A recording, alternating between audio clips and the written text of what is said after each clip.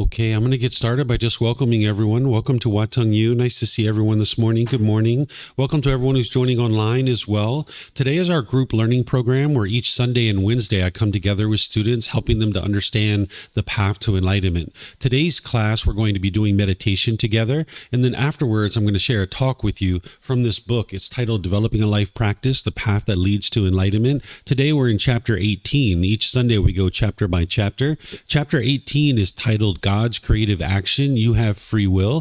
This is where you can learn about this being of God and how to either get to enlightenment with a relationship with this being or without a relationship with this being. The teachings of the Buddha aren't about God or worshiping God or anything like that. He never put God at the center of his teachings because it's not God who determines whether you actually get to enlightenment or not. It's you that determine whether you get to enlightenment or not. And so therefore, he put you at the center of his teachings. Oftentimes people think that the Buddha rejected God or denied the existence of God. You might hear this from time to time from various people. These are misunderstandings that people are having about the Buddha's teachings. They haven't actually penetrated into his actual teachings because he taught about this being of God. In fact, they believed in multiple gods during the lifetime of the Buddha. So I'm going to share with you guys some teachings that will help you to either get to enlightenment with a relationship with this being, understanding some various aspects that maybe what you learned in the past aren't true.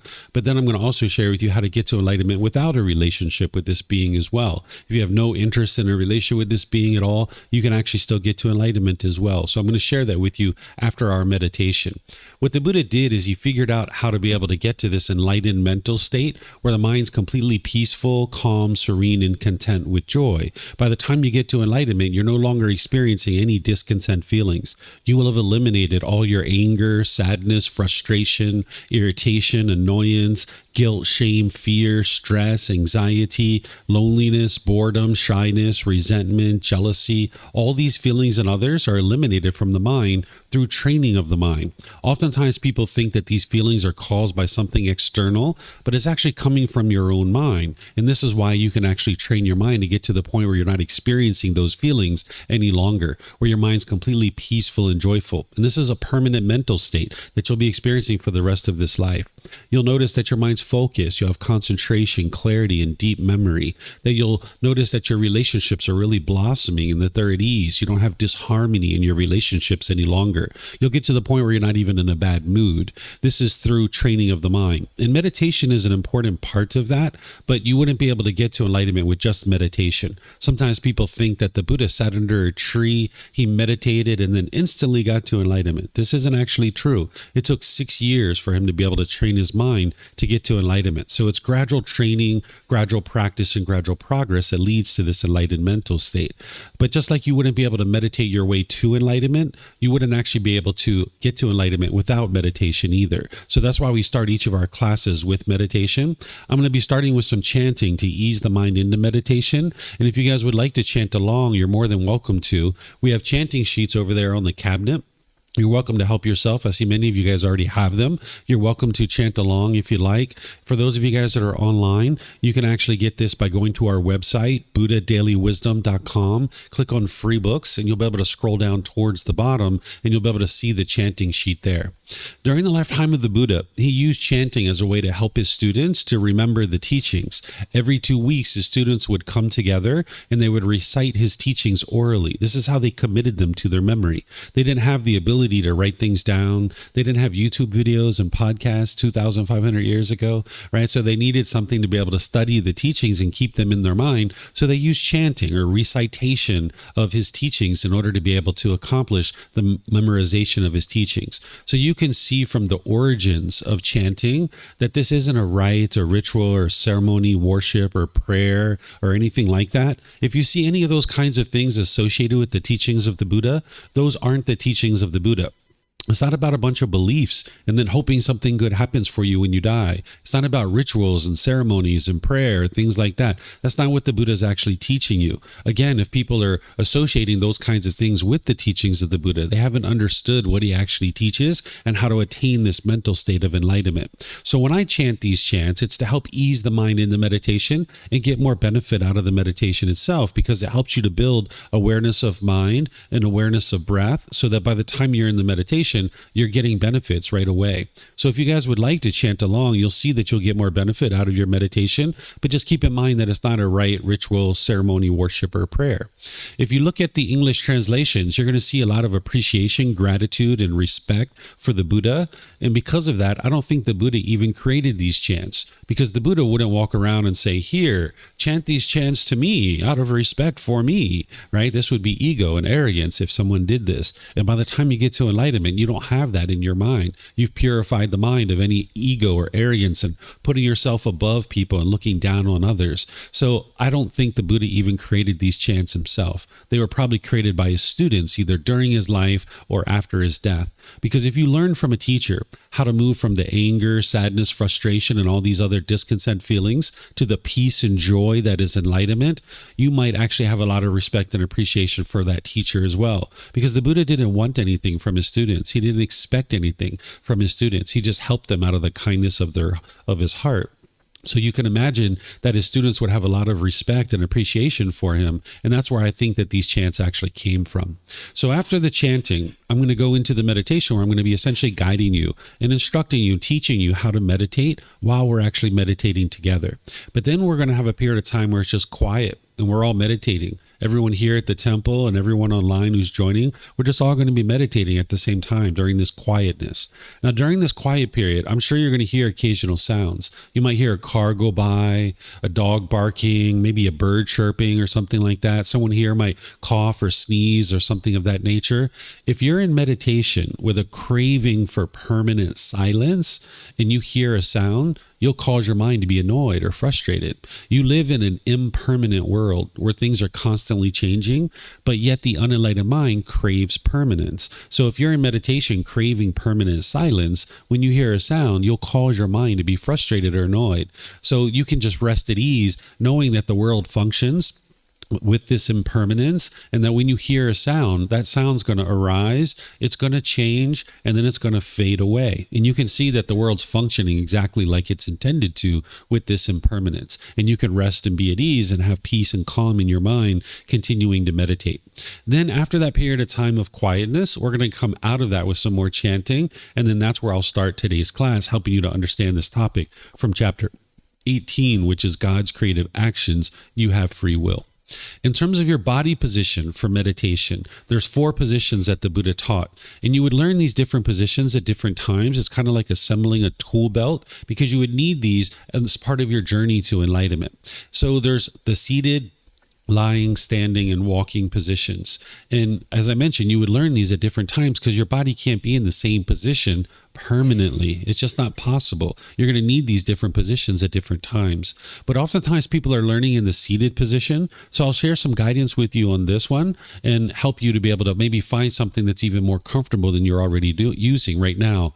You could be sitting on the floor. You could be sitting in a chair. It's really up to you. Maybe if you're at home, you're on a bench or a sofa or a wheelchair. There's not just one fixed way to sit. So the things that I'm going to share with you are just suggestions or recommendations for you to consider. It's not like any kind of hard, fast thing that you have to do what I'm sharing in terms of your body, because you're not training your body with these teachings. You're actually training your mind. What's important is that your body's comfortable, not luxurious and not painful, but in the middle where it's comfortable.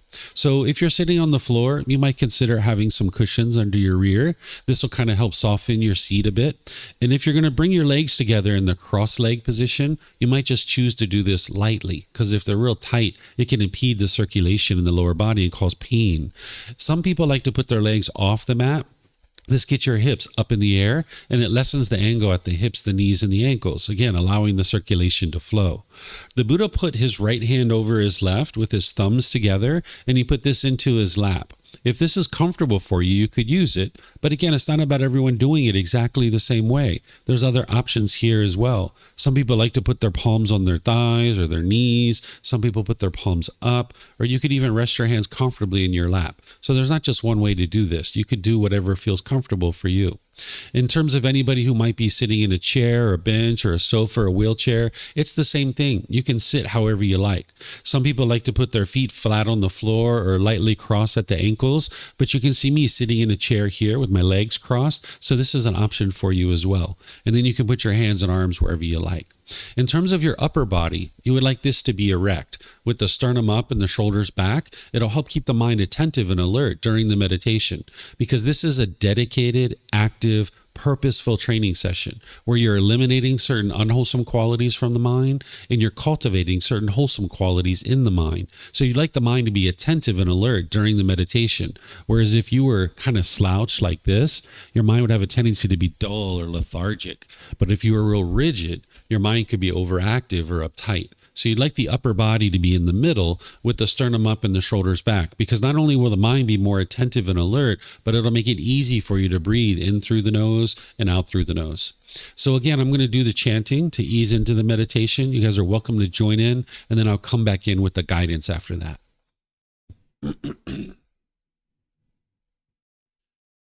Arahang Samma Sambuddho Mahakawa Wat Tung Mahakawanhang Apiwateyami Sawakato Mahakawata Tammo Dhammang Namasami Supatipano Mahakavato Sāvaka Saṅkho Sanghang Namami Namo Rasa Bhagavato Arahato Samma Sambuddhassa Namo Rasa Bhagavato Arahato Samma Sambuddhassa Namo Rasa Bhagavato Arahato Samma Sambuddhassa Iti piso Mahakawa Arahang Samma Sambuddho Vicacaranang Sammuno Sakato Rokawitu Anutero Purisa Dhamma Sati Satatawa Manusarang Bhutto Bhagavati.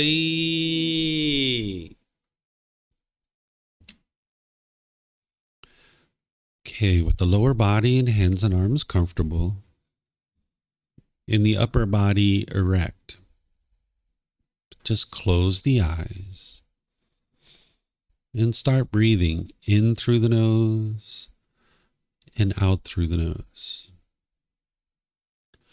Here you're just looking to establish the breath, a nice, natural, steady, consistent breath. Not forced or controlled, just a gradual inhale through the nose, experiencing the full breath. And then whenever you're ready, exhale out through the nose. Breathing in and out. Breathing in and out. Your breath may not match up with the guidance that I'm providing, and that's okay. This is your practice. I'm just here for guidance. You can use this voice as a reminder that whenever you get to the next inhale, breathing gradually through the nose, developing a nice, natural, steady, consistent breath. And then whenever you're ready, exhale out through the nose, experiencing the full breath.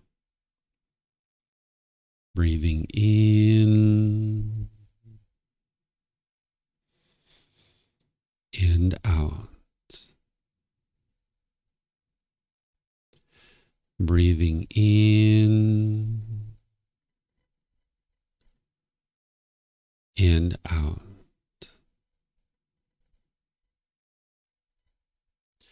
With the breath well established, start fixating the mind on the breath, either the sound of the breath coming into the nose or the sensation of air moving over the skin into the nose. The breath is the present moment. Fixate the mind on the breath, the present moment. Breathing in and out. Breathing in and out. With the mind fixated on the breath, whenever you notice that it moves off the breath, cut that off, let it go, and come back to the breath, the present moment.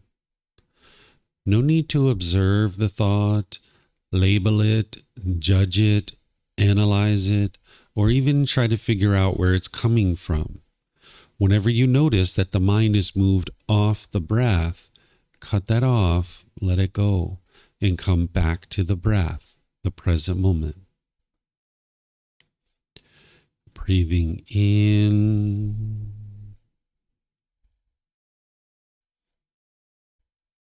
and out. Breathing in and out. I'm going to be quiet now and let you do this work of focusing on the breath, cutting off and letting go anytime the mind moves off the breath. You have nowhere to go. There's nothing to do. No one needs you right now. This is your time to focus on the breath. Breathing in and out.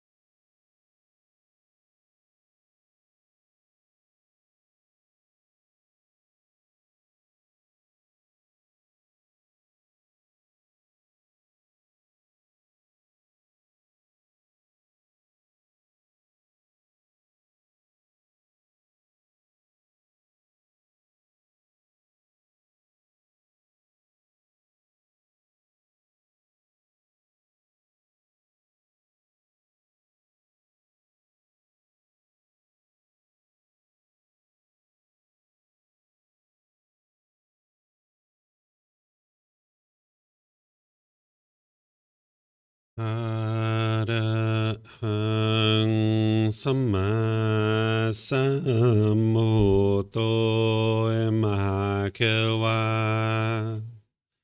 Bhutang Mahakawanhang Apivateyami Savakato Mahakawata Tammo Dhammang Namasami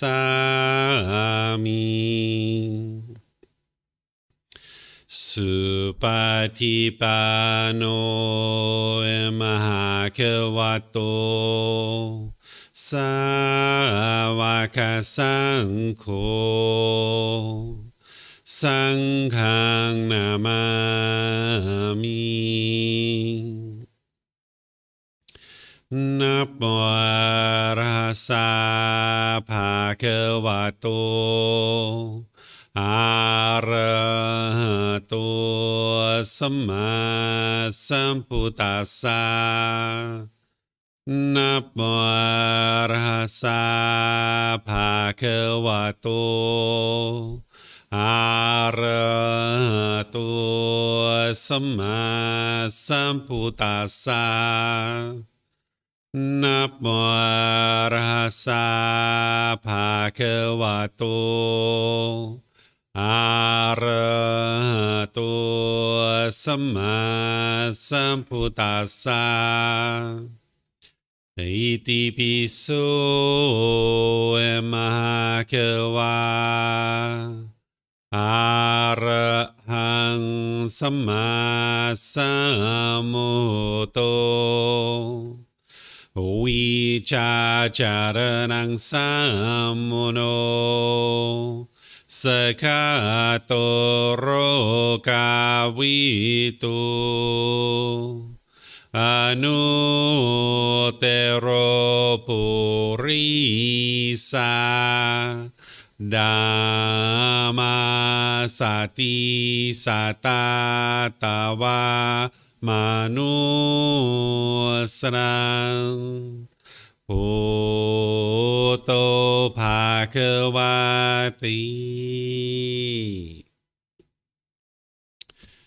Okay, if you guys would like to slowly make your way out of meditation. Once again, welcome to everyone. Nice to see everyone here this morning. Good morning. Welcome to Wat Tung. Welcome to everyone joining online as well. This meditation that we just did is called breathing mindfulness meditation. Out of the 4 types of meditation that the Buddha taught to be able to get his mind to the enlightened mental state, this was the primary form of meditation that he used. Of course, you're going to need more than just meditation to get to enlightenment, or else the Buddha would have just taught meditation. But we actually have 45 volumes of books from the Buddha's teachings that are about this thick. It's called the Pali Canon. And this is just the largest, most complete collection we have of his teachings, but we know that not everything he taught was actually in those books. So we can see very clearly that he used this meditation as a primary tool to help his mind get to this enlightened mental state where it's completely peaceful, calm, serene, and content with joy. This meditation is helping you to train your mind to let go. Because what's causing your mind to experience things like anger, sadness, frustration, irritation, annoyance, guilt, shame, fear, stress, anxiety, loneliness, boredom, shyness, resentment, jealousy, all these feelings are actually being caused by the same thing. It's called craving, desire, attachment. It's the mind longing, yearning, and holding on to things, craving for things to be permanent, when in reality you live in an impermanent world. If the mind gets what it wants, it experiences pleasant feelings like happiness, excitement, elation, thrill, exhilaration, euphoria. But if it doesn't get what it wants, then it experiences painful feelings like anger, sadness, frustration, and others. So as long as the mind is longing, yearning, and chasing after the objects of its affection, it can only be happy if it gets what it wants. And that's going to be a limited period of time. You're not going to be able to have permanent happiness or permanent joy. The enlightened mental state and what the Buddha is guiding you towards is to the point where you can experience this permanent happiness and permanent joy. But you need to be able to to understand what's causing the painful feelings in order to be able to get to the point where you can experience the permanent happiness and permanent joy. It's the mind holding on and craving permanence. If you remember back to that relationship you got together with a boyfriend or girlfriend, when you guys first got together, you might have been so happy or excited, but when you guys broke up, you might have been angry or sad or frustrated or lonely or bored or missing that person. That's the mind holding on and craving permanence, wanting this relationship to be permanent, when in reality, everything around you is constantly changing. It's impermanent. You can see that in the world. This is called the universal truth of impermanence, where things are temporary. They're constantly changing. Things are arising, they're changing, and they're fading away.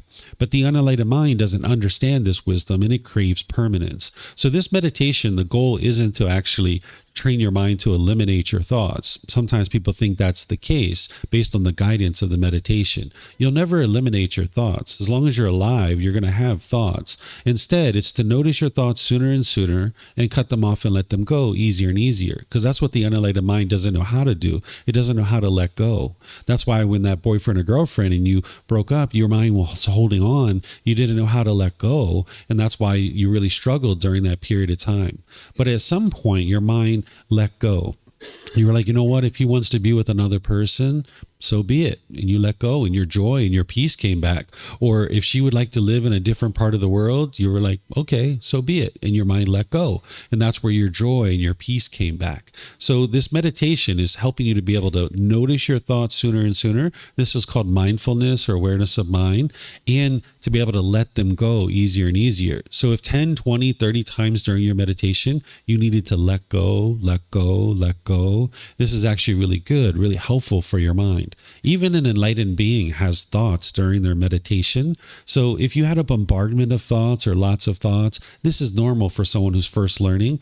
Or you might have had a thought and you followed it for a while, you looked at it, maybe you played with it, you indulged in it, and then you were like 2 minutes down the road, 3 minutes down the road, you're like, oh yeah, that's right, I'm meditating. Let me bring this mind back to the breath, right? This is all normal. So in the enlightened mental state, when your mind is enlightened, by the time you get there, you'll have a thought, but you're going to notice it right away, and you're going to cut it off and let it go. And then there's quietness and stillness in between the thoughts. This is the difference. You'll have control and discipline of your mind.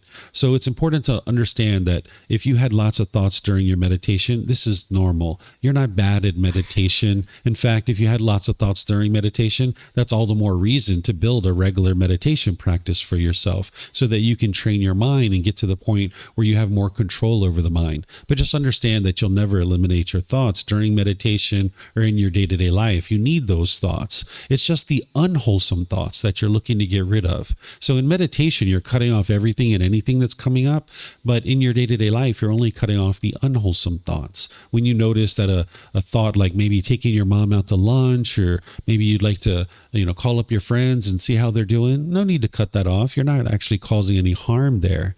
But if you were interested in punching your boss in the face, you got to cut that off, because if you did that, that would actually cause unwholesome results for you, because it's going to cause harm to your boss, and now you're going to experience harm. So you're only cutting off the unwholesome thoughts in your day-to-day life. But in your meditation, you're cutting off everything and anything, because you're training your mind to be able to easily let go.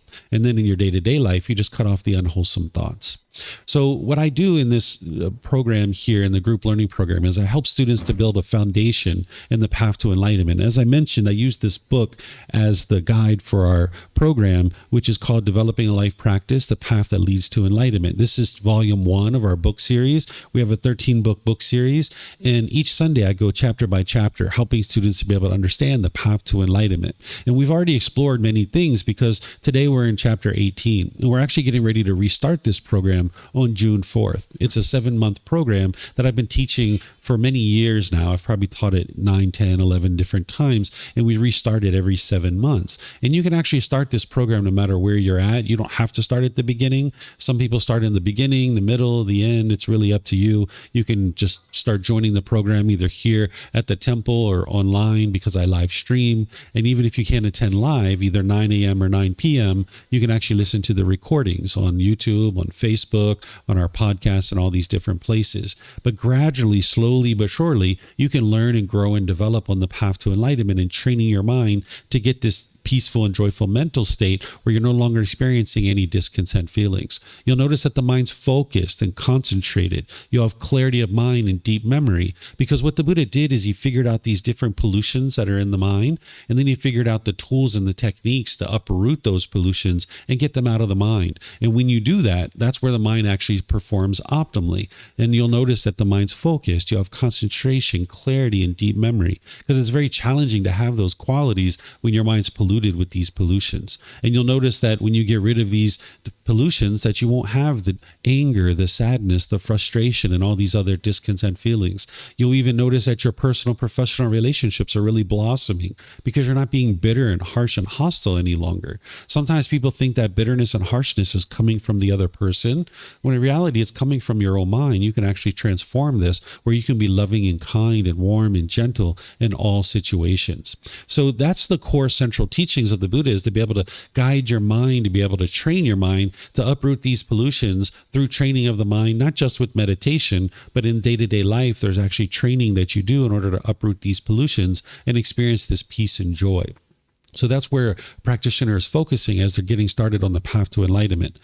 Sometimes people have questions about this being of God, and that's what today's topic is all about, is God's creative action. You have free will. Sometimes people are confused and they think that the Buddha didn't teach about God. They'll say that the Buddha rejected God or he denied the existence of God. This isn't actually true. And for someone who says that, they actually haven't penetrated into the teachings of the Buddha. The Buddha was teaching about the world around you. He was teaching many different topics, not only about God, but that wasn't a focus of his teachings. He was teaching all these other things. But he did teach about this being, but he just didn't make this being a real focus of his teachings, because this being isn't what's going to determine whether you get to enlightenment or not. It's your decisions that determine whether you get to enlightenment or not. So he put you at the center of his teachings, where sometimes people worship this being, or they're afraid of this being, or they might think that this being is punishing them or rewarding them. They might think this being is controlling them and what it is that they experience in day-to-day life. These things aren't actually true. And I'm going to teach you in a way today that you can understand true reality about this being. And then you can decide for yourself if you would like to have a relationship with this being and get to enlightenment, which means you're going to need to understand this being more, because right now you might be having misunderstandings about this being. But you can also decide not to have a relationship with this being and still get to enlightenment as well. It's kind of like a neighbor, right? Like you could have a relationship with your neighbor, and it's kind of nice to have a relationship with your neighbor, because if you need to borrow some salt or something, you can go borrow some salt. Or if you're going on vacation, you can be like, hey, I'm headed out for a few weeks. Would you mind looking over my house while I'm gone? Right? It's kind of nice to have a relationship with your neighbor. But you could also choose not to have a relationship with your neighbor, and you get along just fine in life. So it's the same thing with this being. You could choose to have a relationship with this being or not. It's up to you. But if you're interested in having a relationship with this being, I'm going to teach you how to do that and still get to enlightenment. Because if you're thinking that this being is punishing you or rewarding you, or you need to fear this being or worship this being, or you think this being is controlling you, or that you need to pray to this being and ask for things, these are all misunderstandings that people have through various exposures that they might have had during their life. But also, if you're not interested in having a relationship with this being and you're interested in getting to this enlightened mental state, I'm going to teach you how to do that too. So by the time we get to the end of our talk today, I'm going to teach you all these different things. And as we go, you guys are welcome to ask any and all questions that you like, because I'm going to pause a few times as we're going to be able to help you to be able to get clarification on anything that it is that you hear me sharing, or that you've even talked about in other places. If you'd like to get clarity on these topics, you're more than welcome to ask any and all questions that you like. If you're here at the temple and you'd like to ask questions, we have microphones in the white bowl here in the middle of the room. If you could get a microphone and take it back to your seat, you can press the gray button. You're going to see the lights come on the microphone, and you can just hold it up to your chin, and we'll be able to hear you here at the temple, and they'll be able to hear you online. If you speak here without a microphone, they won't be able to hear you online. And then you can keep these microphones with you, because you might have more than one question, or someone around you might have a question, and you can just share the microphone. And then if you're not using it, if you could turn it off, that way we won't get feedback through the speakers, and it'll make it much more a nice environment for us to not have that sound coming through the speakers. And then for anybody who's online, if you're in Facebook, YouTube, or Zoom, and you would like to ask questions, you can put that into the comment section. Or if you're in Zoom, you can electronically raise your hand, unmute your microphone, and ask any and all questions that you like that way. So first, just to talk about this being and get us started in understanding this being a bit, let's just talk about some definitions of this being.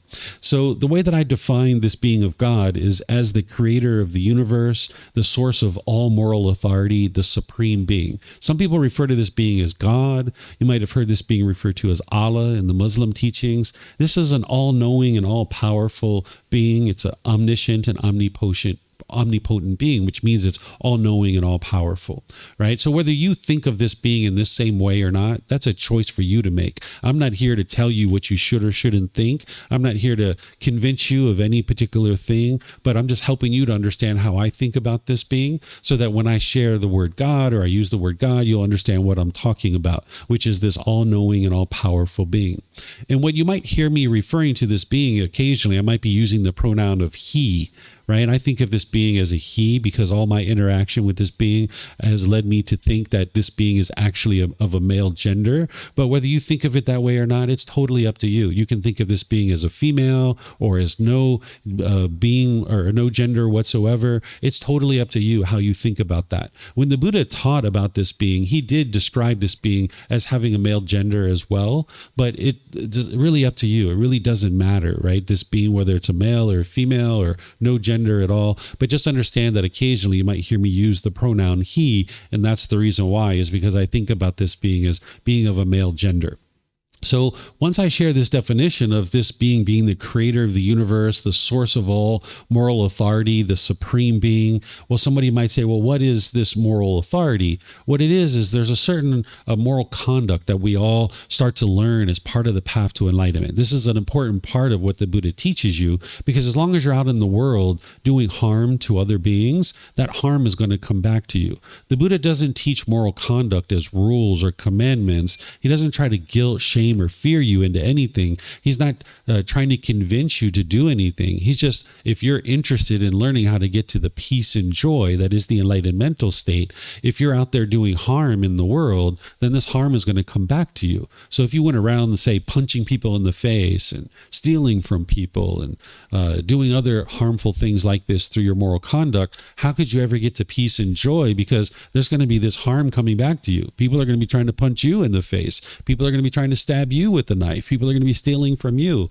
So the Buddha teaches moral conduct as part of what's called the natural laws of existence. He's explaining to you this cause and effect, or this action and result, that when you make certain decisions, either wisely or unwisely, it's going to produce certain results. A certain result is going to occur. So in terms of moral conduct, this being understands that moral conduct, and what we're doing as part of our life is we're interested in understanding this moral conduct and this natural laws so that we can maintain and act upon these higher principles of proper conduct. And by us choosing to do that, then we're not causing harm to others, and then harm won't come back to us. And this is through gradual training, gradual practice, and gradual progress that we learn about the wisdom of these natural laws. And you never believe any of these teachings, and you just learn them, and then you reflect on them to independently verify them, and then practice. And as you're practicing making decisions through these natural laws, you'll see more and more the condition of your mind is improving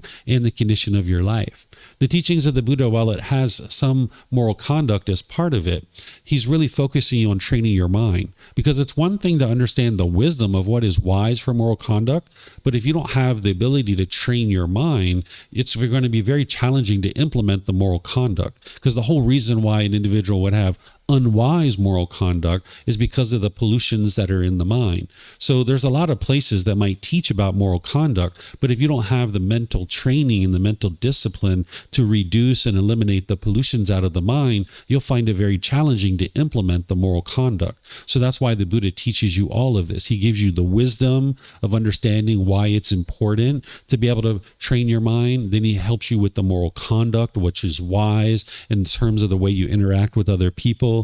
But then he provides you the mental discipline to be able to then train your mind, reduce the pollutions, and ultimately eliminate them out of the mind, which then makes it easier for you to implement the moral conduct. So this being of God understands all of that because this being is the all-knowing and all-powerful, the creator of the universe. This being does not control us. We have free will. We have complete free will to do anything and everything that we would like to do. It's our decisions that lead to any particular result that we experience. But when we lack wisdom of these natural laws, we will tend to make unwise decisions that lead to unwholesome results. Oftentimes people think that you don't have free will. But if you doubt whether or not you have free will, you just need to ask yourself these types of questions. Ask yourself who chose where you're sitting right now. Who forced you to sit there? It was your decision that led to that. Who chose the clothing that you're wearing today? This was your decision, right? Who chose the hairstyle that you have? Who chose whether or not you ate breakfast this morning? Who chose where you live? Who chose where you work? Right? Who chose the friends and the people you associate with? These are all choices that you're making. There's nobody that's controlling you to make those decisions. It's our own free will that's leading to those decisions. But then based on our decisions, it's going to produce certain results in our life. This is the natural law of karma, or some people call it karma, which we're going to talk about a little bit here in a moment. It's important to understand that God doesn't grant enlightenment. It's through a practitioner's own decisions that determine whether their mind experiences these enlightenmental qualities or not. It's not like one day you're enlightened or it's not like one day you're unenlightened or one moment you're unenlightened and then there's like a light switch that flips and now you're enlightened. That's not the way it actually happens. It's through gradual training, gradual practice, and gradual progress that you're gradually reducing these pollutions out of the mind, and then you're gradually increasing the wholesome qualities in your mind. One of the ways you might think about it is that your mind is already enlightened. It's just a matter of getting these pollutions out of the way so you can experience more and more qualities of the enlightened mind.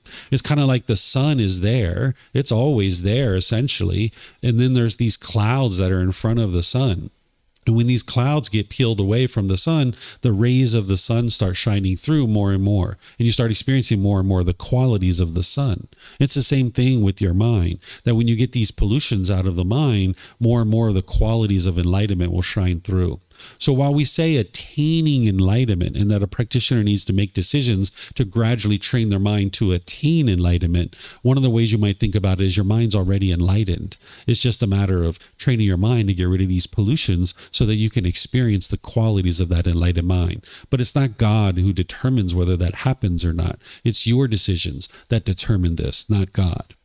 Now to just talk about a bit about the teachings of the Buddha related to God. He actually has a fair number of teachings related to God, but it's not a real focal point of his teachings. But people had belief in various gods during the lifetime of the Buddha. So he taught about these different gods.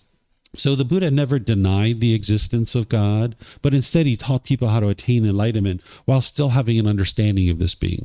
The Buddha was helping people to understand the world around them, and this being God that does exist, whether you've been able to independently verify that for yourself or not is a different question, but this being does exist, and there's the ability to be able to have a relationship with this being and have contact with this being. And it's important to be able to understand that if someone was interested in that. But as I mentioned, you can also experience life without contact or without relationship with this being. So the Buddha did discuss various gods that people had belief in during his lifetime. There was multiple gods that they had beliefs in, but he tended to talk about this one particular god. He referred to it as Brahma. You'll see it in his teachings that this is how they refer to God, where we use in the English language God, in the Arabic language and in the Muslim tradition they will use the word Allah, where in the teachings of the Buddha and during his lifetime they referred to this being as Brahma. This was the supreme being, or what we would refer to as God. The Buddha's objective wasn't to prove or disprove God's existence. Instead, his goal was to help share the teachings that it takes to be able to liberate your mind and free your mind of the feelings of anger, sadness, frustration, and all these others. So the Buddha's not trying to prove or disprove God. He's just helping people to be able to understand that this being is part of the world, is part of the various beings that exist in the world, and you can either have a relationship with this being or not. It's up to each individual to choose that. So he's not trying to prove to you that this being exists or doesn't exist. In fact, the Buddha is not trying to prove to you anything at all. His mind is already peaceful and joyful, and he already figured out how to do that. And for anybody who was interested in experiencing that, he then shared with them how to be able to accomplish that. But he wasn't trying to convince you to be able to do that. Instead, he was just inviting you that, hey, if you would like to learn what he did in order to get to this enlightened mental state, he made himself available for people to be able to figure out how to do that. So an enlightened being, a Buddha, isn't trying to convince anybody of anything, just helping them to be able to understand what it takes to be able to get to this enlightened mental state. So the Buddha focused on liberation of the mind, and this is based in what's called right view and the natural law of Gama.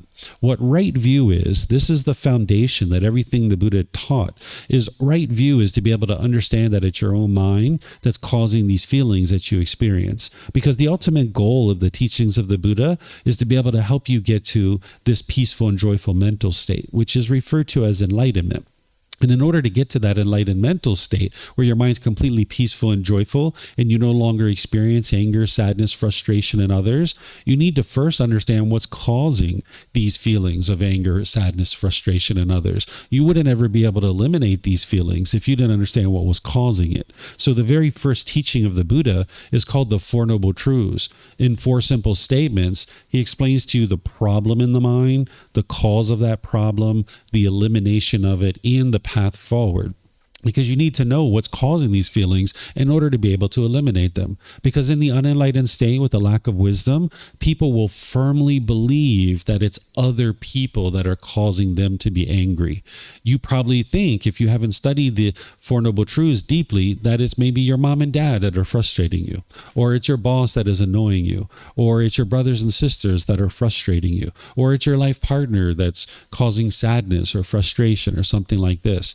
But you can see through the teachings of the Buddha in a way that you independently verify that it's your own mind that's causing these feelings. If it was other people who were causing these feelings, if it was something external, you would never be able to solve this. Nobody would ever be able to get to enlightenment because you can't convince 8 billion people to do things your way.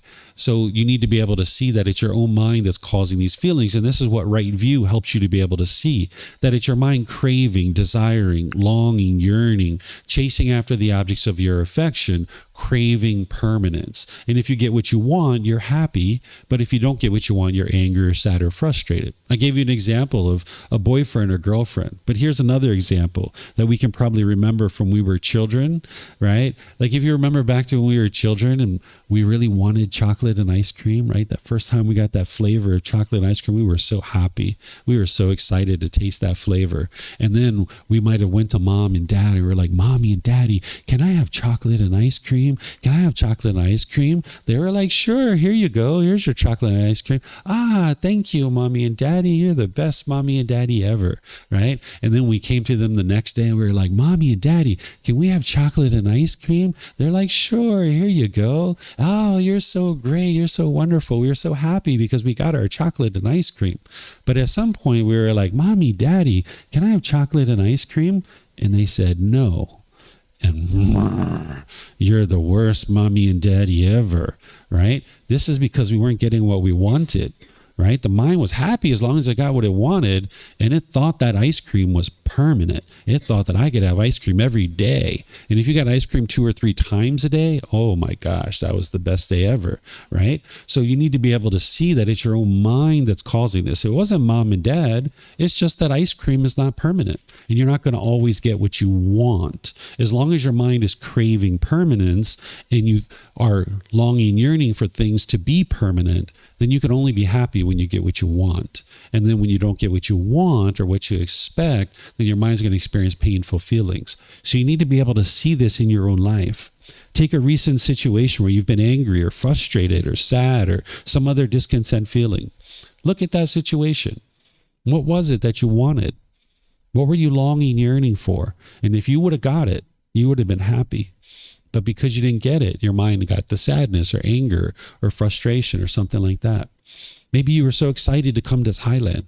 You just couldn't wait to get here. And then you went to the airport and your flight was delayed or canceled. Oh, man. Now you're frustrated. It's not the airline company that caused that. It wasn't them. It was your mind craving permanence. I want every flight to take off on time, especially the ones that I'm on. I want every single flight to take off on time. That's the way the mind thinks in the unenlightened state. But every flight can't take off on time. It's not possible, right? There's going to be a maintenance issue, a weather issue, a crew issue. It's going to happen. If you fly enough, you're going to have delays and cancellations because of impermanence, right? So it's your own mind that's causing these feelings. And this is what is to establish right view, is to be able to see inwardly that it's your own mind that's causing these feelings. Because then the power in this is that if you understand that your own mind is causing these feelings, that means you can eliminate them, right? If it's other people that were causing these feelings, you'd never be able to eliminate them, because you can't train 8 billion people to do things your way. But when you come to the understanding that it's your own mind that's causing these feelings, that gives you total control and ability to actually change your mind and train your mind to actually eliminate them. So all the teachings of the Buddha are based in right view, to be able to understand it's your own mind that's causing these feelings. And then when we talk about awakening of the mind and waking up to enlightenment, what we're talking about is cultivation of wisdom. That's what he's talking about, is helping you to cultivate wisdom of the natural laws of existence. When the mind's sleeping, it basically doesn't understand the world that it lives in. That's why you experience stress and anxiety and frustration and all these other feelings, because the mind lacks wisdom. It's living in a world that it doesn't understand. And because it lives in this world that it doesn't understand, it will struggle and have difficulties. Just like we struggled and had difficulties with the natural law of gravity. We had all kinds of problems with this natural law, but we never believed in this natural law. We saw the truth for ourselves, that it exists. You can see it very clearly. Right? There it is. That's the natural law of gravity. We don't believe in this natural law. We can see with our own eyes that it's actually there. But at one time, we didn't understand this natural law. And that's why we fell down. We hit our head. We bumped our elbows, right? We cried and cried and cried. We broke our toys. But slowly but surely, we gained wisdom of this natural law. And that's where we woke up. We gained wisdom of it, and now we started making wiser decisions. And that's when we experienced more wholesome results. When we lacked wisdom of this natural law, we made unwise decisions, and it produced unwholesome results for us. We fell down, we bumped our elbows, we broke our toys, we had all kinds of problems. But then slowly but surely, as we gained this wisdom, we learned to tie our shoes tighter. We stopped being so giddy and bouncing around like a kid all the time. We got to the point where we looked at the surface of the sidewalk when we were walking. We just took our time to make sure that we're not falling down. And now we can climb ladders, we can ride bicycles, we can get on airplanes and fly all over the world, because we're fully awake to this natural law of gravity. Well, there's other natural laws that are affecting you, whether you're aware of it or not. And with that lack of wisdom, you will tend to go out into the world and make unwise decisions, and you will experience unwholesome results. And what the unenlightened mind does with its lack of wisdom is it will tend to blame its unwholesome results on other people, because it can't be coming from you. Right? The ego's in there saying, I'm perfect. Everybody else is the problem here, right? So the mind's lack of wisdom will keep you stuck in this continuous cycle of experiencing the same problems over and over and over and over again, because the mind's never seen true reality to be able to cultivate wisdom and make better decisions. So as long as the mind stays in this delusion or this confusion, or if it's sleeping, is what we call it, where the mind's asleep and unawake, it's not seeing true reality, that it's your own decisions that are leading to any particular result that you experience. So the natural law of karma isn't anything mystical or magical. It's not punishments and rewards. It's not about some black cloud following you around. It's not some being that's controlling what you experience. It's nothing mystical or magical. It's about cause and effect, or action and result. Decisions that you make are going to lead to certain results. And the more that you can see this, once again, this is empowering, because if it's your decisions that are leading to any particular result that you're experiencing, if there's anything that you are experiencing in life that you don't particularly care for and you would rather not occur, all you need to do is cultivate wisdom, make different decisions, and you will experience different results. But if it's good luck or bad luck that you're experiencing, or if it's destiny or fate, or if it's God or some entity called the universe that is causing you to experience something, or if it's other people that are causing you to experience things, you're stuck, because you can't change any of those things. And those things aren't actually true reality. There's no such thing as good luck or bad luck. It's just choices that you're making. There's no destiny or fate. Nobody's determined what you're going to experience for the rest of your life. This being God or some entity called the universe, it's not controlling you. You have free will. You can make whatever decisions you like. And it's not other people that are determining what you experience. So the Buddha's teachings are based in helping you to understand this natural law of cause and effect. And some people call it karma, which is from the Sanskrit language. But if you study the original teachings of the Buddha, which is in the Pali language, the word karma is used, right? So this is why I use the word karma. And if it translated to just one English word, I would just use that, because it'd be easier for everyone, right? But what it means is cause and effect, or action and result, the results of your decisions. That whatever you decide, either wisely or unwisely, you're going to experience wholesome karma, or wholesome results, or unwholesome karma, or unwholesome results. And now you can understand that you have free will, that everything you decide is going to produce some type of result. But with a lack of wisdom of this natural law, you're going to tend to make unwise decisions, and you're going to experience unwholesome results. So the Buddha is helping you to wake up to this natural law. And it's important to understand that this being God isn't the one that's actually controlling you or determining what it is that you experience in any given time. And here's the Buddha actually helping you to be able to see that. This is his actual words from his lifetime where he was teaching that you have free will. So I'll read it to you, and then we can talk about it. It's titled, All is Caused by God's Creative Action. Then, monks, I approach those ascetics and Brahmins. Ascetics and Brahmins, ascetics are like ordained practitioners or monks, and Brahmin are like Hindu priests. I approach those ascetics and Brahmins who hold such a doctrine in view as this: whatever this person experiences, whether pleasure, pain, or neither pain nor pleasure, all that is caused by God's creative activity. And I said to them, is it true that you venerable ones hold such a doctrine in view? When I ask them this, they affirm it. Then I say to them, in such a case, is it due to God's creative activity that you might destroy life, take what is not given, indulge in sexual activity, speak falsehood, produce argumentative speech, speak harshly, indulge in idle chatter, that you might be full of longing, have a mind of ill will, and hold wrong view? So I'm going to pause here for a moment. What he did is he's talking to these other people, and he's like, hey, do you guys really think that it's God who's controlling what you experience on a day-to-day basis? And they said, yeah, that's exactly what it is. You know, God's the one who's controlling us. And then the Buddha's like, okay, well, is it because of God that you kill? Is it because of God that you steal? Is it because of God that you have this sexual activity? Is it because of God that you choose to lie? Is it because of God that you argue with people? Is it because of God that you speak harshly or indulge in idle chatter? That you're full of longing, meaning having craving, desire, attachment, chasing after the objects of your affection? Is it because of God that you have ill will and hatred and anger in your mind? And is it because of God that you hold wrong view? That this is the mind having a lack of wisdom, thinking that it's other people that are causing the discontent feelings that you're experiencing, right? So he's helping them to be able to see like, hey, these are all decisions that you're making. These aren't decisions from God. These are decisions from you. And now those decisions are going to produce a certain result. So these people are thinking that God is the one who's controlling them, when in reality, it's their own decisions that are leading to these particular results. So then it goes on. He says, those who fall back on God's creative activity as the essential truth have no interest to do what should be done and to avoid doing what should not be done, nor do they make an effort in this respect.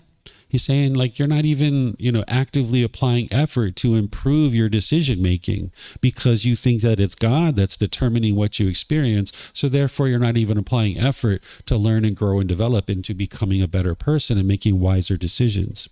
Since they do not apprehend as true and valid anything that should be done or should not be done, they are muddle-minded. They do not guard themselves, and even the personal designation aesthetic could not be legitimately applied to them. When he talks about muddle-minded, what he's talking about here is lack of concentration. That when someone has pollution in their mind, there's a certain lack of concentration and focus and clarity in the mind. He referred to this as muddle-minded, right? And then when he says they do not guard themselves, what he's talking about here is mindfulness, your awareness of mind and what's going on in your own mind. That's what's actually guarding you. That's what's guarding the mind. That if you see an unwholesome thought come up, if you have mindfulness, you see that unwholesome thought and you're like, nope, not going to let that be there, right? But if you don't have mindfulness or awareness of mind and you're not overlooking your mind, then you're not guarding the mind. And that's what he's saying, that these beings aren't guarding their mind. And then he goes farther and he says, even the personal designation aesthetic could not be legitimately applied to them. What an aesthetic is someone who's given up worldly life in order to be able to get to enlightenment. You don't have to do that in order to be able to get to enlightenment. You can get to enlightenment from this household life that you're currently living by living in a regular life with a job and relationships and cars and houses and money. You can be able to get to enlightenment that way. But during the lifetime of the Buddha, one of the very popular ways to be able to get to enlightenment was to leave the household life, because the household life was very challenging. 2,500 years ago. We have a lot of modern conveniences where we have a lot of time to be able to do things that household practitioners during the Buddha's lifetime didn't have. They carried water back and forth from the well. It took them 3, 4, 5 hours just to get water in their house. And they would have to do that 2 or 3 times a day, right? So that was a lot of time. Or like to get food, it was very challenging. Or to get clothing, they had to make these clothes. There were so many tasks that they had to do just to survive. Where today we kind of lost sight of the fact that we can just walk to a spigot, turn it, and then all of a sudden water comes out for us, right? So during the lifetime of the Buddha, a lot of times people would leave the household life in order to be able to train their mind and get to enlightenment. So what the Buddha is saying here is the personal designation aesthetic could not even be legitimately applied to you, meaning you're not even on the path to enlightenment. If you think that it's God who is controlling what you experience on a day-to-day basis, you're not even trying to get to enlightenment. You're not even on the path, because one of the first things of the path to enlightenment is to be able to see that it's your own decisions that are leading to any particular results that you experience. And oftentimes the mind has a really hard time to be able to grasp this. It's really a lot more comfortable for the mind to go around believing that what you experience on a day-to-day basis is coming from other people. People tend to like to continue to hold on to this thought, right? This is the mind's ego, thinking that I'm perfect and what everybody is doing is affecting me, and all the unwholesome things that I experience is from other people. But this is going to keep you trapped in a life of experiencing difficulties and struggles over and over again. When you get over that burden of continuing to hold on to the thought that it's other people that are causing you to experience any particular results in your life, this is very empowering. Because as I mentioned, if there's anything that you don't particularly care for that's going on in your life, you just cultivate wisdom, make different decisions, and you will experience different results. And that's the real power here. So the Buddha is talking about God here, right? People that say that the Buddha rejected God or denied the existence of God, this is just one of multiple discourses where the Buddha talked about God. So you can see in the book series, you can see in the Pali Canon, those 45 volumes of books, you can see places where the Buddha talked about God. And this is the beauty about studying with the original words of the Buddha, that when people say things like the Buddha denied the existence of God or he rejected God, you know the truth. And you can see what did the Buddha actually teach about this being and what he didn't teach. But you can also see that about other teachings too, not just about this being, but there's multiple teachings that there's a lot of misunderstanding in the world about. And when you study with the original words of the Buddha, you can see what is true and what is false. Because most people probably think that the average person is studying with the teachings of the Buddha, right? You see someone wearing white clothes and shaving their hair, or you see someone wearing an orange robe and shaving their hair, living at a temple, you would think they're studying with the original words of the Buddha. But it's very rare that somebody actually studies with the original words of the Buddha. But if you're interested in getting to enlightenment, you would like to study with the original words of the Buddha, because then you can see what did he teach and what he didn't teach. then you don't believe those teachings. You learn, examine, and investigate them. You reflect on them to independently verify they're true or false. And then you practice those teachings, integrating them into your day-to-day life. And this is where the real transformation is occurring. So some of the things that the Buddha taught as part of his teachings that you can see in his words are certain teachings that are going to guide you to training your mind to be able to eliminate these pollutions and actually get to enlightenment. The core central teaching that the Buddha taught is called the Eightfold Path, and this is the path to enlightenment. And he has very extensive teachings all throughout his 45 years of teaching from the age of 35 to 80. But there's a couple of places in his teachings where he reminds his students of the things that he did not teach. And these come into play when we're talking about this topic of God, but they also come into play in other situations too. So he says in his discourses, he says, remember, students, what did I teach? I taught this. And he points to the Four Noble Truths. He says, I taught what is discontentedness. I taught the cause of discontentedness. I taught the elimination of discontentedness. And I taught the way of the practice that leads to the elimination of discontentedness. And he says, remember what I did not teach. I did not teach this. This is what he did not teach. He mentions these 10 things. He says, I did not teach the world is eternal. The world is not eternal. The world is finite, or the world is infinite. The soul is the same thing as the body, or the soul is one thing and the body is another. After death, the Tathagata exists. The Tathagata is him. That's who he's referring to. After the death of the Tathagata does not exist. After the death, the Tathagata both exist and does not exist. After death, the Tathagata neither exists nor does not exist. Where this comes into play is to understand, oftentimes when people are learning about this being of God, they're learning about a soul, and the people are talking about a soul. The Buddha never taught whether there is a soul or there isn't a soul. He just left it as an undeclared teaching. And then sometimes when people are learning teachings like this, they think it's about an afterlife. That's often what people are taught, is to believe, and then hope something good happens when you die. That's not what the teachings of the Buddha are about. You can see that here, that the Buddha was enlightened. The Tathagata, what the word Tathagata means is the one who's discovered the truth, or the one who shares the truth. So what he's saying here is, after death, an enlightened being, he never taught whether an enlightened being exists or whether an enlightened being does not exist. And these other versions of that too. So his teachings aren't about an afterlife. His teachings are actually about learning and practicing and developing your mind now, getting to a more and more peaceful and joyful life now, an ideal life now. And you'll be able to see that's occurring because you know in situations where you get angry and frustrated and irritated and annoyed, you know what those situations are. And when you're training your mind in these teachings and those same exact situations are occurring and you're no longer experiencing the anger and sadness and frustration and other feelings, you'll know it's these teachings that are leading to that.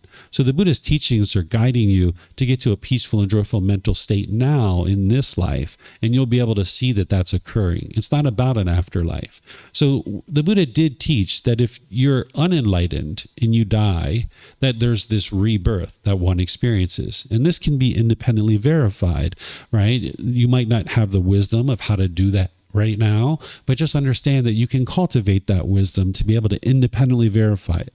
Right now, you might be believing you only have one life, but you don't have any evidence that you only have one life, other than the fact that maybe right now you can't remember your previous lives. But as you're lifting this pollution out of your mind, it's very likely that you could potentially experience the memories of your previous lives. You might have even had some of those things already for some people.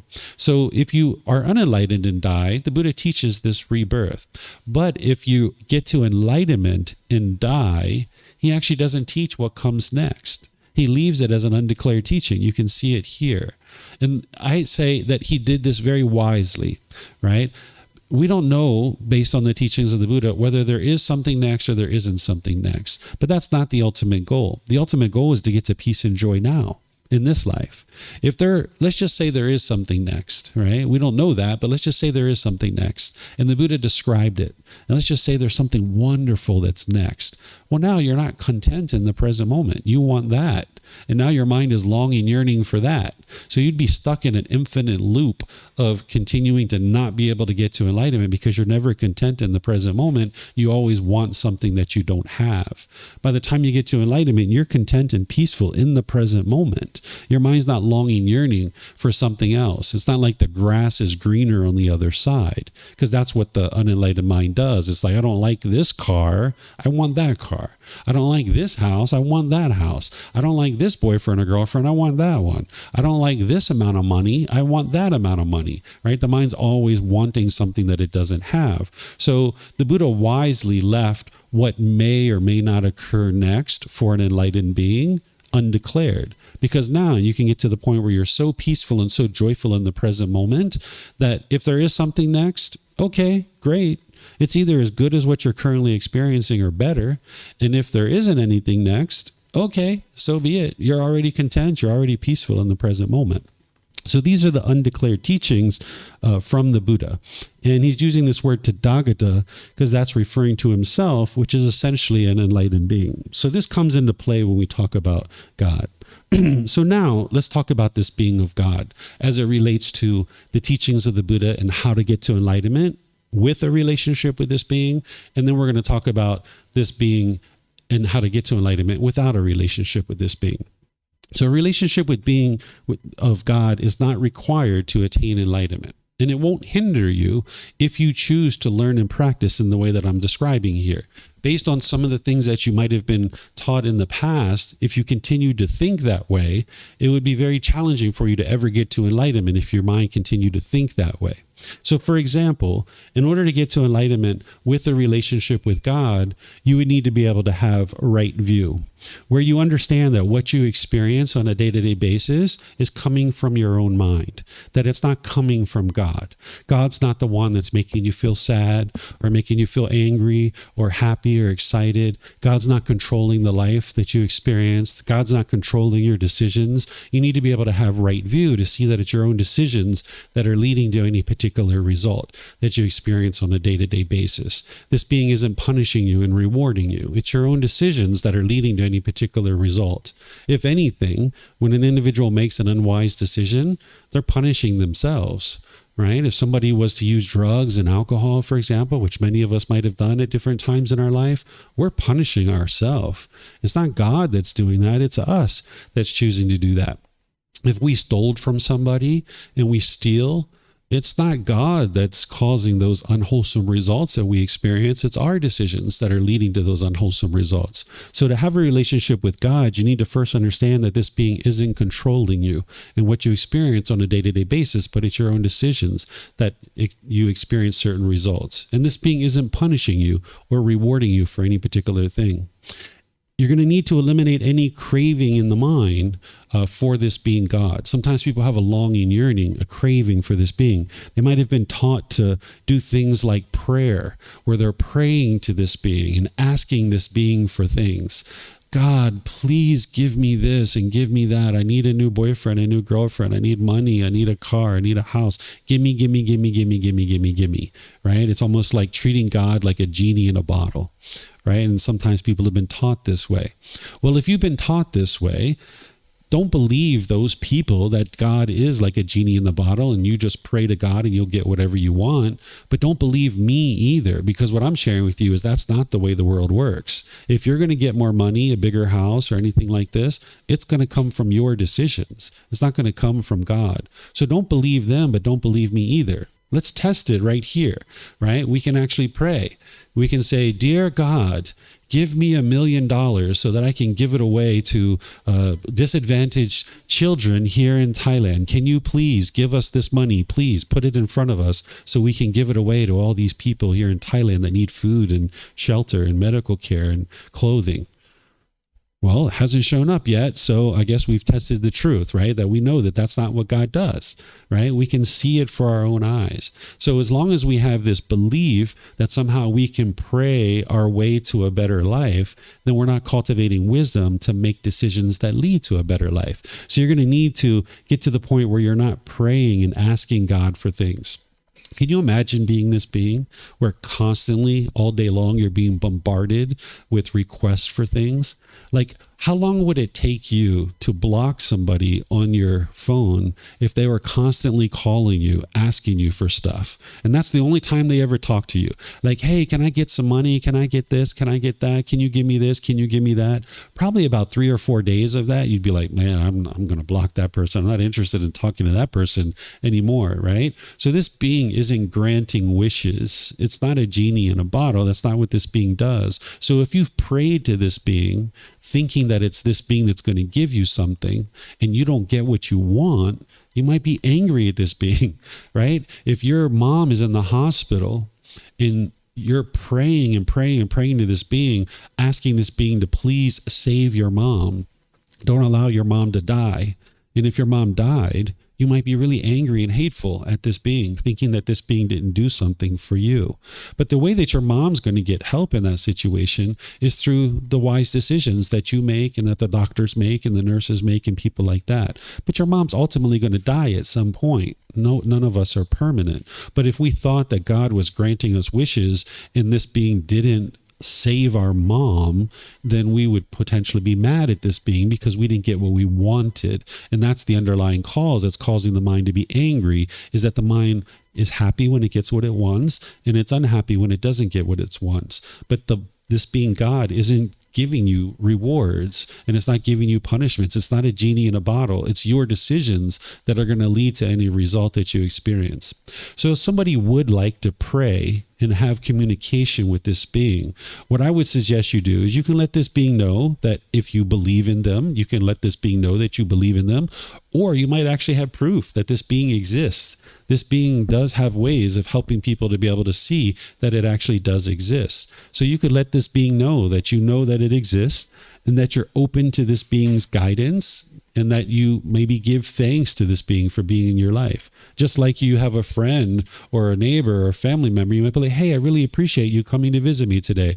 That's really great. Thank you so much. I really appreciate your support and your encouragement. Same thing, right? It's just that this being, you can't really see it, right? So that might be something that you decide to do, is change the way that if you're going to pray, that you don't just keep asking for stuff, because that's your mind craving and longing and yearning, and that's not the way the world truly works.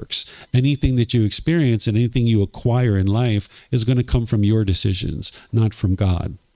If you have a craving to be with God, say in heaven, and you're craving and longing, yearning to be with this being, that's oftentimes what people are taught, that we're going to die and we're going to go to heaven and we're going to be with this being permanently.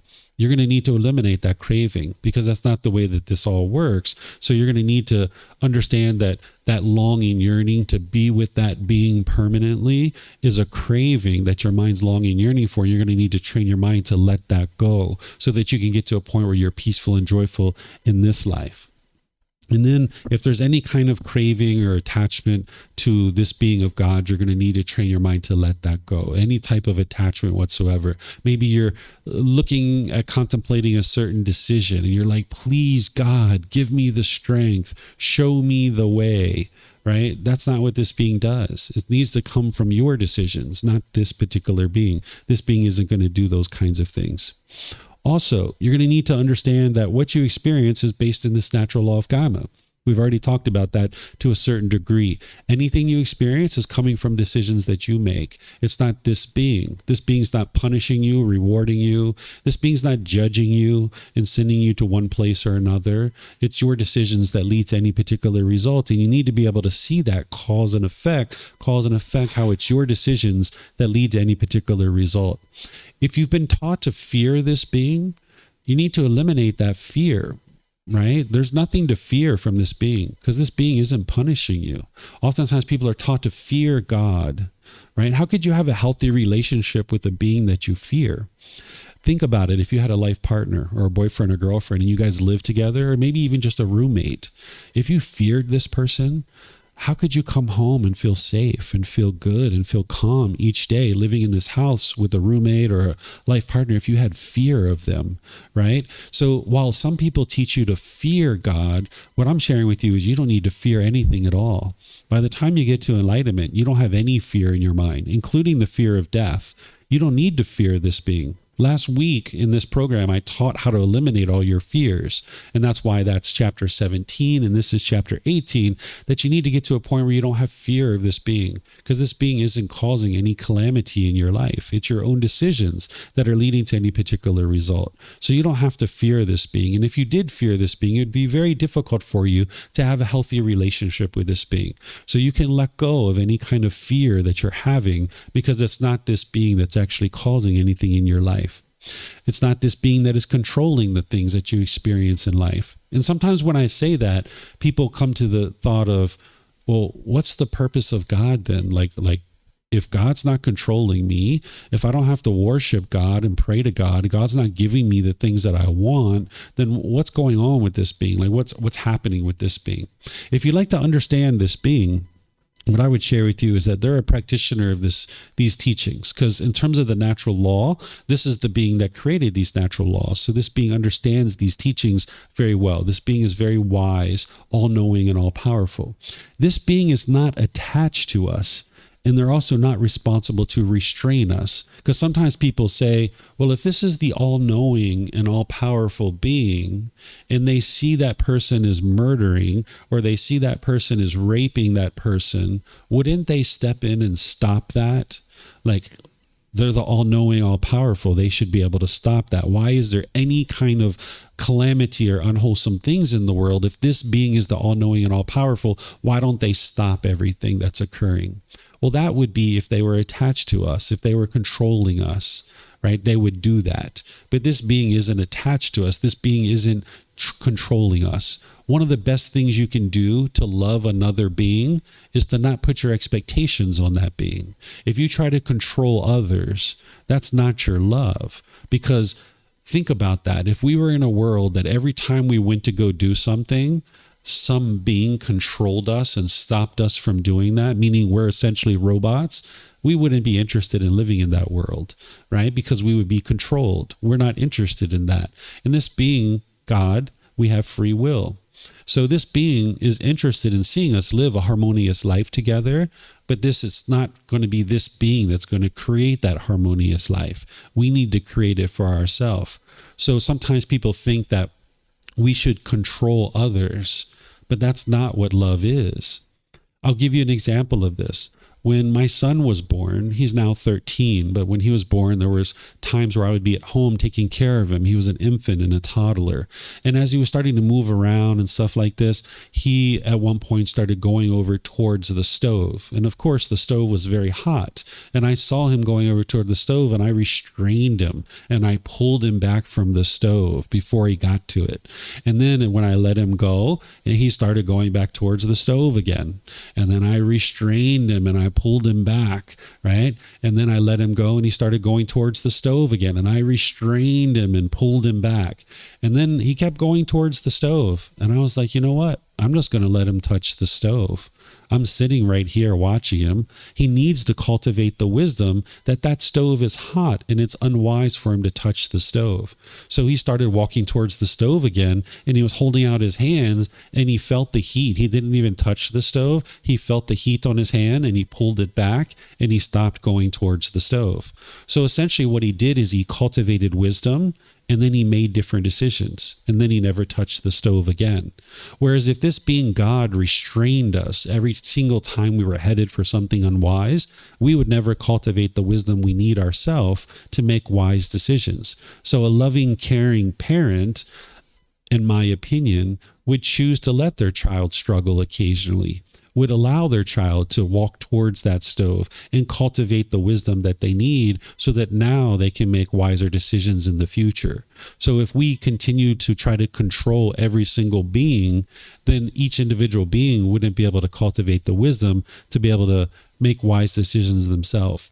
So you might think that if you had power all-knowing, all powerful being, that you would stop that murder, or you would stop that rape, or you would stop that child abuse, or whatever it is that's going on, because maybe you have painful feelings when you see those things occur, and you don't want those things to occur in the world.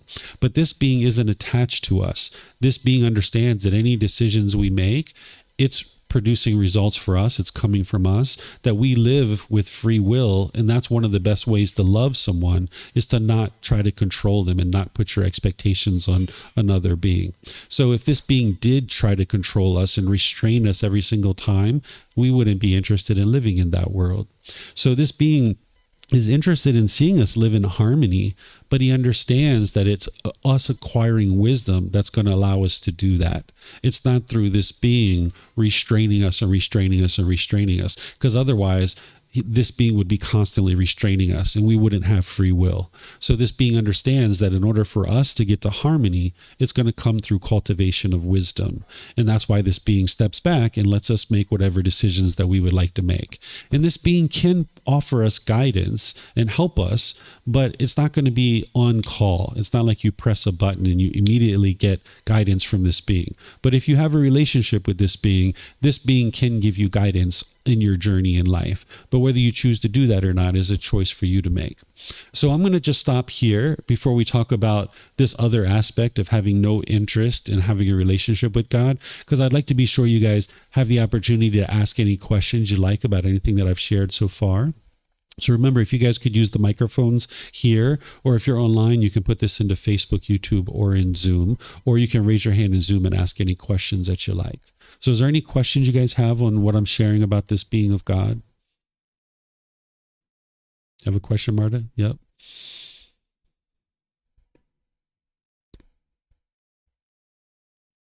Oh, my question is, so if it can give us guidance, and not like on call immediately, but how? Then how do you keep relationship with this being at all, right? Like if you don't pray, which I understand, how can I even understand that this being is there, or how can I keep that relationship?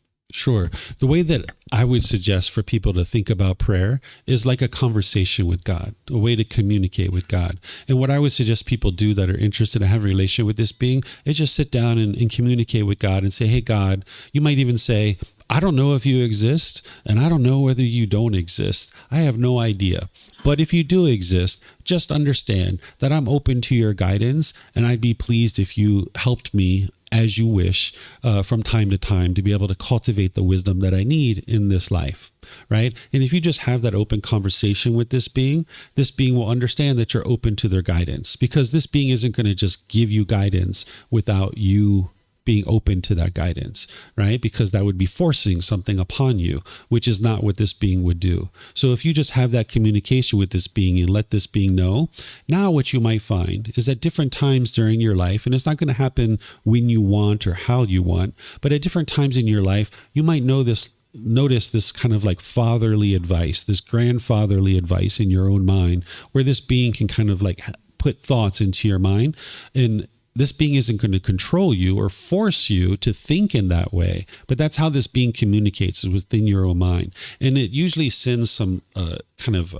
tingling sensations over your shoulders and up the back of your neck and over your head to be able to help you understand that this is communication from this being. It's almost like this being is touching you and kind of putting its hand on your shoulders and your neck, and then oh, wow. It'll be something really deep that you've never thought about before. So you'll know that it's not your thoughts. But even when those thoughts come to you, you don't just believe it, and you don't just do whatever this being is suggesting to you. You still need to learn. You still need to reflect, independently verify, and you still need to practice to be able to see the truth for yourself. And if you choose to do what this being is suggesting, okay, great. You'll see that it works out. But if you choose not to do what this being is suggesting, you're not going to experience any punishment from that being, but you will see that based on the natural law of karma, you will experience unwholesome results based on that. But you need to be able to see that truth for yourself. And you can see that this being loves you, whether you follow its advice or not, right? So its love and its kindness and its support isn't contingent upon you following what it suggests, but it will give you guidance from time to time, and that's going to help you become more informed. And one of the reasons why you need to learn, reflect, and practice to be able to see the truth for yourself is because there's other beings in the world that are interested in causing calamity and harm in the world. And whenever you get this wisdom in your mind, you need to be able to determine, what is it? Is it true or is it false? Because while God gives you those tingling sensations over your head and neck and your shoulders, these other beings, it's more like a dominating kind of like pressure and kind of a dark sensation, and they're going to suggest unwholesome things like, hey, jump off that bridge, or hey, slap that guy in the face. You might have these thoughts going on in your own mind, and sometimes, not always, but sometimes it's coming from these unwholesome beings that are trying to influence you to do unwise things. But then you're going to have beings like God that are helping you with wholesome things, if you're open to that. But that's where you still learn, reflect, and practice, so you don't believe any of that, and you come to the conclusion that you know to be wise. And now that wisdom from God is going to help you to gain more and more wisdom. But it's never going to happen when you want, and it's never going to be on your beck and call, right? It's not like you're going to sit there and be like, God, can you tell me if I should take this job or not? Which job should I take?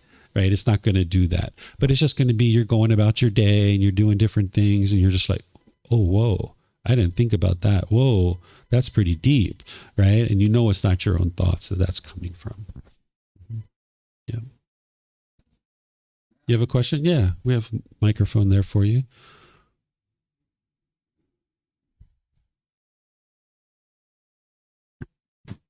Thank you for your teachings. I think I'm greatly inspired. And I think I'm gonna ask a maybe dangerous question, because maybe some people will be offended. So, but I've been always loving Buddhism. I think it's lots of wisdom in it.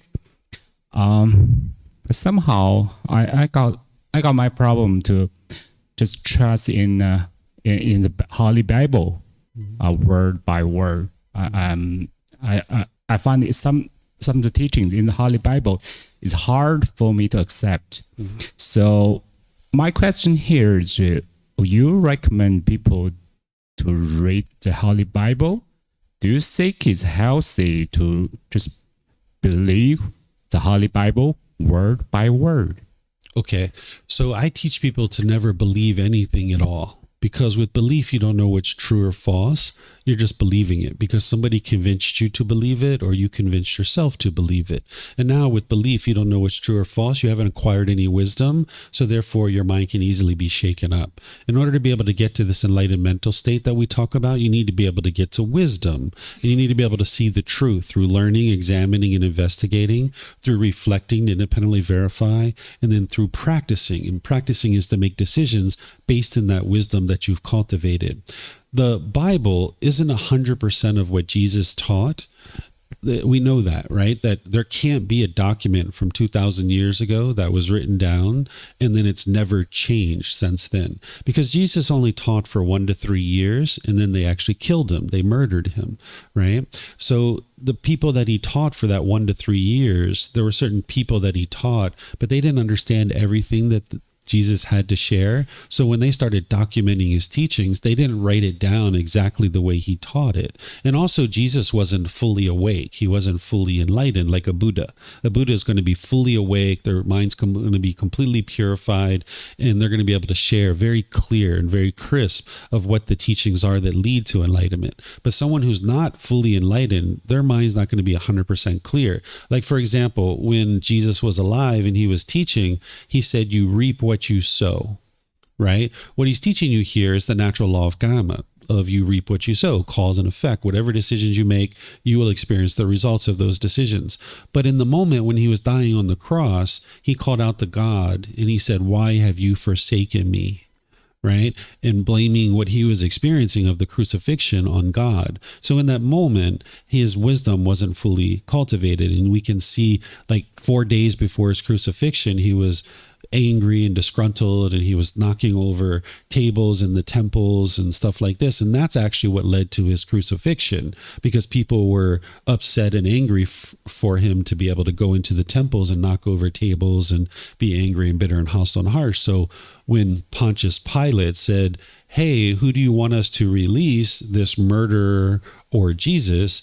Everyone said, release the murderer, right? Because it was only one person that the murderer affected, where Jesus had affected many more people. So Jesus' teachings weren't 100% the truth. He only had a short time to teach them.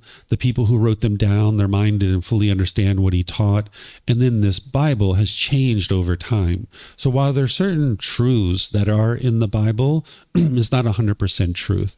And you would never be interested in believing anything, not just the Bible, but even Jesus's teaching, even the Buddhist teachings as well. You wouldn't be interested in believing those, because belief doesn't lead to wisdom, and it doesn't lead to you awakening. So you choosing not to believe the Bible, wonderful. That's perfect. That's exactly what you would like to do. But I don't suggest anybody goes off and reads the Bible right away, because there's a lot of interpretation that you need to do in order to be able to understand the Bible. But once somebody gets more and more fully awake, maybe they're in the second, third stage of enlightenment, or even enlightened itself, you can actually go back and read the Bible, and it'll make complete sense to you, because you'll understand what truly leads to enlightenment. And then you'll be able to read the Bible and see exactly the pieces that lead to enlightenment and that don't. Because what Jesus was talking about with the Holy Spirit is what the Buddha is talking about with enlightenment. They're just using different words and just different cultural understanding to be able to explain it. But Jesus was explaining to get to this place where you're having a better life. And he referred to it as getting to the Holy Spirit, where what the Buddha is talking about is enlightenment. And it's much more clear because his mind was fully enlightened, where Jesus's mind wasn't fully enlightened. So he couldn't explain it with the same level of clarity as the Buddha. Thank you so much. So much. You're welcome. Okay. So let me just check the internet here, see if we have any questions. All right. I don't see any questions on the internet. So now let me just finish up our talk here with this last topic of, if you have no interest in having a relationship with God at all, you can actually still get to enlightenment. Because as I shared, it's not God that determines whether you get to enlightenment or not. It's your decisions. So if you have no interest in having a relation with God, and you're not interested in receiving this guidance, as we were just talking about, fine. You can still get to enlightenment. It's through your own learning, growth, and development that's going to be able to help you get to this enlightened mental state. But if you have no interest in having a relationship with God, there's one thing that you're going to need to be able to do. And that is make sure that you don't have any anger, hatred, or ill will towards this being. And not just this being, but any being whatsoever. By the time you get to enlightenment, you don't have any anger, hatred, or ill will towards any being. Right now, there's probably certain people that you like in the world, and there's certain people that you dislike. That dislike is actually coming from your own mind. There's certain expectations that you have. There's certain wants that you have, certain cravings that you have. You have a certain model in your mind of, I want everybody to be like this. And when they're that way, you like them. That's your mind craving permanence. You want everyone to be this way. But then when they don't meet your criteria, when they don't meet your expectations, you will dislike them. That's coming from your own mind craving permanence, thinking that everybody should be this way, where in reality, we're in an impermanent world and different people do different things. Some people sit on the floor and they have cushions. Some people stand. Some people sit in chairs. Some people get up and leave, right? Everybody's making different decisions. This is just impermanence. So not everybody's going to make the same decision. So if you can only like people who do things your way, there's only one person in the world that you could ever like or love, because there's only one person in the world that does things your way, and that's you, right? So you need to be able to see that this anger, hatred, and ill will, the frustration, even the slightest little dislike is coming from your own mind. So if you've been taught certain things about this being of God that weren't true, like you should fear this being, this being's punishing you and rewarding you. This being is taking your loved ones. When people die, some people say that that's God taking your loved one. back to heaven or whatever it is, right? If you've been taught that this being is punishing you and rewarding you, that this being is going to judge you and send you to a good place or a bad place, if you've been taught these kind of things, you might actually hate this being. But understand that that hatred is coming from your own mind, and those things that you've been taught are not true. That this being doesn't do those kinds of things. This being doesn't punish you and reward you. This being doesn't send you to a good place or bad place. It's your own decisions that are leading to these kinds of things. Here's the thing that about this God sending people to a good place or bad place, and then we'll just go into this a little bit more. You're a human being. You're a pretty wise person to a certain degree, right? This being God, all-knowing, all-powerful, this being is very, very wise. This being knows a lot of things, but you have a certain amount of wisdom. If you had a child and they made a mistake and they did something wrong, would you send them to a place to burn in hell for eternity just because they made one mistake or two mistakes in life? Would you do that? Probably not, right? You wouldn't send somebody to burn in hell for eternity. Well, that's just based on the whatever amount of wisdom that you have at this point in your life. This being has a significant amount more wisdom than that, right? So if you wouldn't send one of your children or one of your friends or family to a place to burn in hell for all of eternity, why would we think that this being would do that? Right? There's no such thing as a place where we're going to burn in hell for eternity, right? Forever and ever and ever. The natural laws help us to be able to see that things are impermanent. So if somebody was in this realm of hell, it's not permanent. Those beings are going to come out of that realm, and this heavenly realm is not permanent either. And the thing that's sending us there is our own decisions. It's not this being. So sometimes people have even been abused by people who are in a church or in a synagogue or in a mosque or in a temple or something like that. And maybe if they're talking about God at those places and they've been taught that God has a plan for us and everything that we experience is because of God. And now when you're being sexually abused or physically abused, people might think that that's God that's choosing for them to experience that abuse. It's not God that's choosing that. It's those individuals that are involved that is leading to that particular result. So it's not God who's causing the difficulties and struggles that we experience in day-to-day life. It's human beings' decisions that are causing that. But if we think that it's God, someone might actually have anger or hatred towards this being. So you can actually eliminate this, where you get to the point where you don't have anger and hatred towards any being. Human being, animals, friends, family, ex-boyfriends, ex-girlfriends. You would like to get to the point where there's no anger and hostility in your mind whatsoever. Because as long as you have anger and hatred towards any being whatsoever, your mind's not going to be enlightened. So if you're not interested in having a relationship with God, you can choose to go forward in life that way, and you'll be able to live your life, and you'll even be able to get to enlightenment. But if you have anger and hatred towards this being or any being whatsoever, your mind's not liberated. It's not free. You still have this anger. And sometimes people think that you're going to keep this anger kind of in the corner of your mind, and you're only going to direct it towards God, and you're not going to let anybody else experience this anger. It's almost like carpentalizing. I never can say that word. I guess someone can say it for me. Yes, that word, right? I can never say that word. Sometimes people think that that's what you can do, right? You can't do that with your anger and hatred, right? You might think you're going to keep it in the corner over here just for God and that's it, but it's not going to happen that way. It's going to come out towards your friends and family and your boss and your coworkers and those people too. So the Buddha has teachings that are going to help you to liberate your mind from this anger and hatred and ill will, where you get to the point where you have love and kindness for all beings. So whether you choose to have a relationship with this being or not, totally up to you. But at least you get to the point where you don't have anger and hatred towards this being. Same thing with your neighbor. You may or may not have a relationship with your neighbor. Having a relationship with your neighbor is great, because then you have someone that is there you can borrow salt from. You can ask them to look over your house. You can share some bananas and mangoes with them from time to time. It's really nice having a relationship with your neighbor. But you can also choose not to have a relationship with your neighbor. but it's unwise to hate your neighbor, right? If you have hatred and anger towards your neighbor, this is going to come out in the way that you interact with people, and it's not going to produce beneficial results. So whether you choose to have a relation with God or not, it's a choice for you to make. You can get to enlightenment either way. It surely helps having the guidance of this being, but maybe you're not interested in that. Maybe you'd like to just have no relationship at all. Wonderful.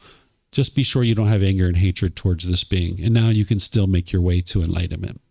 So any questions on this? No questions? Okay. Well, since there's no questions, what I'm going to do is just end class by thanking all of you guys for joining. Thank you for your interest to learn and grow and develop. Thank you for everyone online as well. If you guys would like to learn more, you're more than welcome to. We have various opportunities for you to learn here.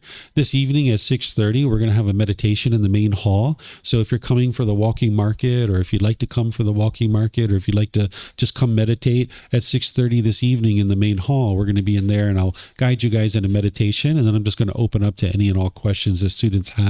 There's no talk like this evening.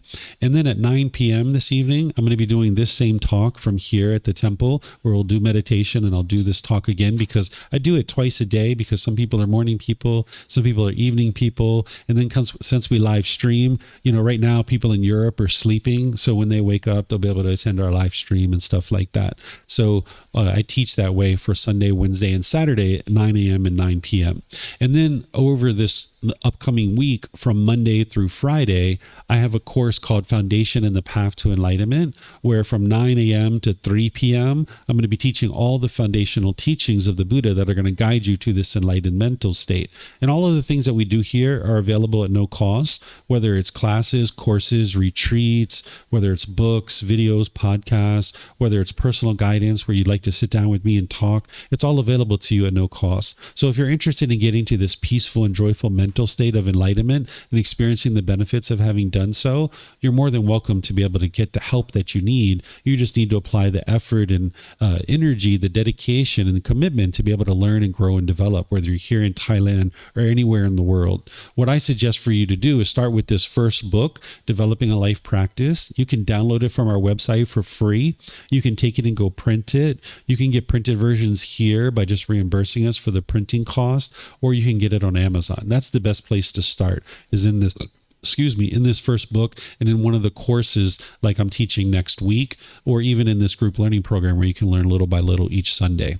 So if there's anything that I can do to help you, feel free to reach out. I'm here to help you to be able to understand these teachings. And whatever you choose to do today, have a very wonderful and lovely rest of your day. Take care and be well. Sawadee krap. Sawadee krap.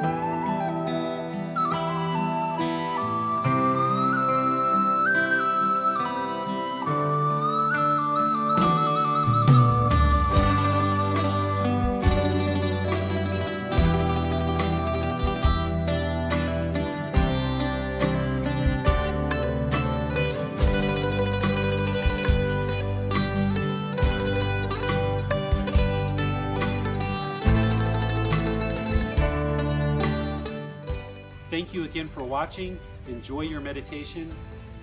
Look forward to seeing you online and answering any questions that you might have. Thank you so much.